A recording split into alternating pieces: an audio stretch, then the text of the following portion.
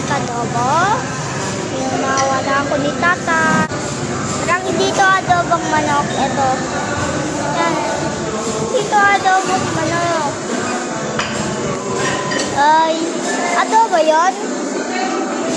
Nanay? Adobo yun? Okay. Okay lang po.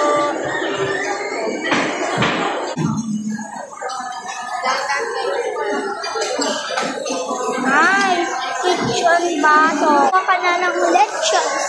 Tapos na si tatay.